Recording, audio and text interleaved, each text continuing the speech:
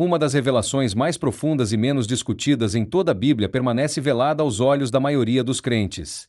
Escondidas dentro de suas páginas sagradas estão referências sutis e enigmáticas a seres misteriosos que caminharam pela eternidade muito antes de Adão respirar pela primeira vez. Criaturas que testemunharam o nascimento das estrelas, ouviram o eco primordial que moldou os mares e observaram enquanto as primeiras montanhas se erguiam. Quem eram esses seres antigos que precederam a humanidade? Porque raramente ouvimos falar deles nos púlpitos modernos. E o que aconteceu com aquelas entidades que se alegraram diante do Criador enquanto ele traçava as fronteiras da Terra? Se você busca respostas que podem transformar a forma como vê as Escrituras, continue assistindo, inscreva-se no canal e deixe seu like, porque estamos prestes a entrar em um território raramente explorado, porém repleto de revelações profundas. Nossa jornada começa no livro de Jó, um dos textos mais antigos e misteriosos das Escrituras. Ali, em uma passagem marcante, Deus confronta a compreensão limitada de Jó sobre a criação. Onde você estava quando eu lancei os alicerces da terra? Quando as estrelas da manhã juntas cantavam, e todos os filhos de Deus bradavam de alegria? Jó 38:4. Essas palavras antigas revelam um detalhe extraordinário e frequentemente ignorado. Antes da existência da humanidade, já havia seres chamados filhos de Deus, testemunhas vivas do momento em que o próprio universo ganhou forma. Eles não estavam apenas presentes, mas se alegravam, elevando suas vozes em louvor enquanto Deus separava as águas, erguia os continentes e ordenava o caos primordial. A Bíblia não descreve sua aparência em detalhes, mas afirma de forma inequívoca que eles existiam e participaram daquele glorioso começo. Vemos que tinham acesso ao trono celestial e contemplavam cada ato criativo, como uma assembleia espiritual observando o Criador estabelecer os fundamentos da realidade. É um vislumbre breve, porém poderoso, de uma história muito maior do que o que normalmente é ensinado. Essa revelação levanta questões que desafiam a compreensão tradicional da criação.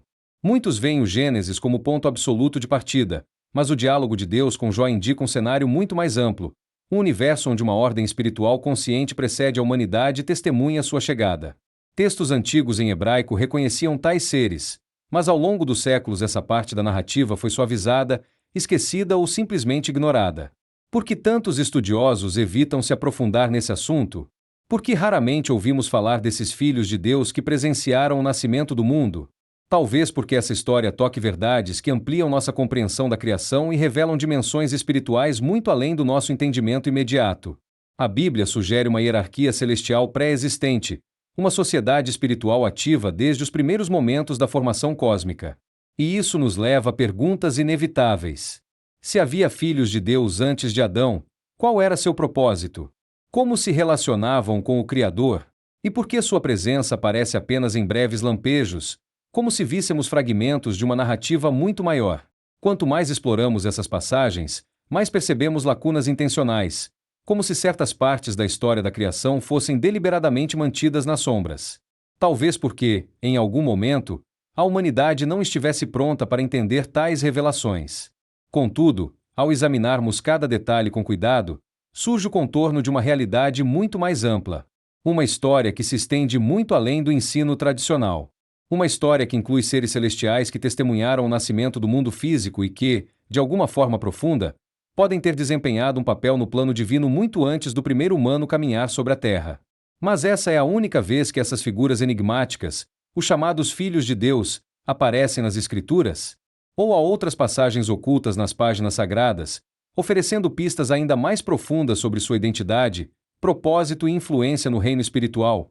A resposta pode surpreender até estudiosos experientes, pois a referência em Jó 38 não é um caso isolado. Esses seres misteriosos aparecem repetidamente, sempre em contextos decisivos, sugerindo que possuíam status elevado e intimidade única com o Criador. Nos capítulos iniciais da Bíblia, encontramos uma das menções mais intrigantes, registrada em Gênesis 6:1-2. Quando os homens começaram a multiplicar-se sobre a face da terra, e lhes nasceram filhas, os filhos de Deus viram que as filhas dos homens eram formosas, e tomaram para si mulheres de todas as que escolheram. Essa passagem abre a porta para um mistério ainda maior.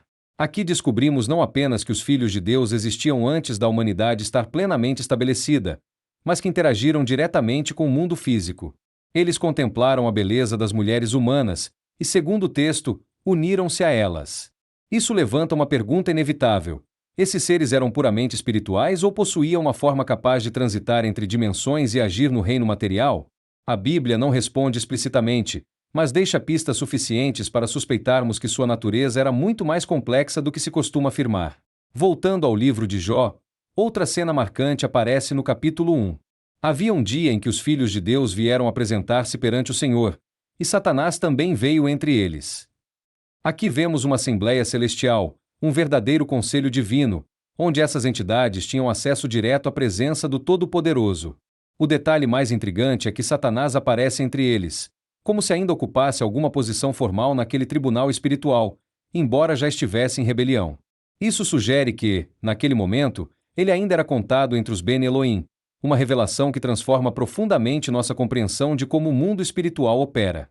Outra passagem que fortalece essa imagem aparece no Salmo 89, 6. Pois quem no céu se pode comparar ao Senhor? Quem entre os filhos do Poderoso se pode igualar ao Senhor? No hebraico original, a expressão filhos do Poderoso é Ben Elohim, o mesmo termo usado para descrever os filhos de Deus. Isso reforça a ideia de que esses seres habitavam nos céus e ocupavam posições de honra, participando de uma hierarquia que transcende a compreensão humana. Eles não eram comuns, nem criaturas menores. Estavam entre os membros mais elevados da corte celestial. Outro detalhe notável é seu título específico. A Bíblia não os chama simplesmente de anjos, mas de filhos de Deus. Uma designação que parece indicar uma categoria distinta, talvez até superior, diferente dos anjos mensageiros que aparecem nas narrativas bíblicas. Isso levanta uma questão teológica profunda. Se eram filhos de Deus, o que isso realmente significa? Seriam seres criados à imagem divina antes da humanidade? Teriam eles recebido autoridade sobre domínios específicos da criação, como governantes espirituais sobre nações, regiões ou forças naturais? Há indícios bíblicos que sugerem exatamente isso.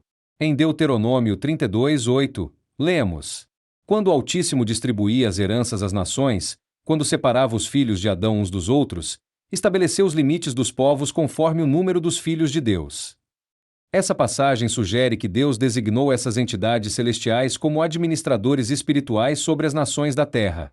Cada povo teria sido colocado sob a supervisão de um desses filhos de Deus, enquanto Israel foi reservado diretamente ao Senhor. Mas aqui surge um problema. Se esses seres foram criados para servir e governar sob a autoridade divina, o que aconteceu quando alguns deles se rebelaram? A Bíblia indica que nem todos permaneceram fiéis. Em Judas 6, lemos: E aos anjos que não guardaram o seu principado, mas deixaram a sua própria habitação, ele os tem reservado em prisões eternas, na escuridão, para o juízo do grande dia. Essa passagem fala de seres celestiais que abandonaram sua posição original e foram punidos. Muitos estudiosos conectam isso diretamente aos filhos de Deus mencionados em Gênesis 6, que se uniram às filhas dos homens e geraram uma descendência híbrida conhecida como Nefilim. Esses gigantes, mencionados tanto antes quanto depois do dilúvio, eram vistos como uma corrupção da ordem criada, uma mistura ilícita entre o espiritual e o físico que desafiava os limites estabelecidos por Deus. O resultado dessa transgressão foi catastrófico. Gênesis 6:5 declara: E viu o Senhor que a maldade do homem se multiplicara sobre a terra, e que toda a imaginação dos pensamentos de seu coração era só má continuamente. O dilúvio que se seguiu não foi apenas um julgamento sobre a humanidade, mas uma resposta divina à corrupção introduzida por essa união proibida. E embora as águas tenham purificado a terra, a influência desses seres rebeldes não desapareceu completamente. Eles continuaram a operar nos bastidores da história humana, agora como principados e potestades, governantes espirituais das trevas que Paulo descreve em Efésios 6:12. Mas o que isso significa para nós hoje? Será que essas entidades ainda exercem influência sobre o mundo? E se sim, como devemos entender nossa posição diante delas? A resposta está na compreensão do plano redentor de Deus. Quando Adão foi criado, ele recebeu domínio sobre a terra. Gênesis 1:28 registra: E Deus os abençoou, e Deus lhes disse: Frutificai e multiplicai-vos, e enchei a terra, e sujeitai-a, e dominai sobre os peixes do mar, e sobre as aves dos céus, e sobre todo o animal que se move sobre a terra. Esse mandato não era simbólico. Era uma autoridade real, delegada por Deus, para que a humanidade governasse o reino físico. Mas quando Adão pecou, ele entregou essa autoridade ao adversário. Satanás, que já havia caído de sua posição celestial, tornou-se o príncipe deste mundo, usurpando o domínio que pertencia ao homem. É por isso que Jesus, ao ser tentado no deserto, não contestou quando Satanás ofereceu-lhe todos os reinos do mundo, dizendo: "A mim me foi entregue, e dou a quem eu quiser." Lucas 4:06. Satanás não estava mentindo. Ele realmente possuía autoridade sobre os sistemas mundiais, não por direito original, mas por conquista, através da queda de Adão. No entanto, a vinda de Cristo mudou tudo.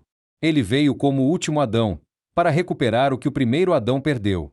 E através de sua morte, ressurreição e ascensão, ele restaurou a autoridade que sempre foi destinada à humanidade redimida. Colossenses 2:15 declara: E, despojando os principados e potestades, os exhibiu publicamente deles triunfou na cruz. Jesus não apenas derrotou Satanás, mas também desarmou os poderes espirituais que operavam sob sua liderança. E agora, através de Cristo, os crentes têm acesso a essa mesma autoridade. Em Lucas 10:19, Jesus diz aos seus discípulos: "Eis que vos dou poder para pisar serpentes e escorpiões, e toda a força do inimigo, e nada vos fará dano algum." Essa autoridade não é apenas para alguns escolhidos, mas para todos os que estão em Cristo. E vai além do que imaginamos. Paulo revela em 1 Coríntios 6:3. "Não sabeis vós que havemos de julgar os anjos?" Isso significa que, no plano eterno de Deus, a humanidade redimida terá autoridade até mesmo sobre os seres celestiais, incluindo aqueles que foram chamados filhos de Deus. Isso nos leva a uma conclusão surpreendente. A história da criação não é apenas sobre a humanidade. É sobre um conflito cósmico envolvendo seres que existiam antes de nós, que testemunharam a fundação do mundo, e que agora aguardam o julgamento final. E nós, como portadores da imagem de Deus, fomos colocados no centro desse drama. Não somos meros espectadores, mas participantes ativos em uma batalha que transcende o tempo e o espaço. Então, o que devemos fazer com esse conhecimento? Primeiro, reconhecer que a realidade espiritual é muito mais vasta e complexa do que nos ensinaram.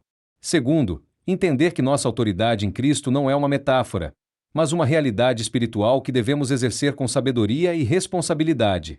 E terceiro, lembrar que, embora haja poderes e principados operando nos lugares celestiais, eles já foram derrotados na cruz. Nossa vitória não depende de nossa força, mas da obra consumada de Cristo.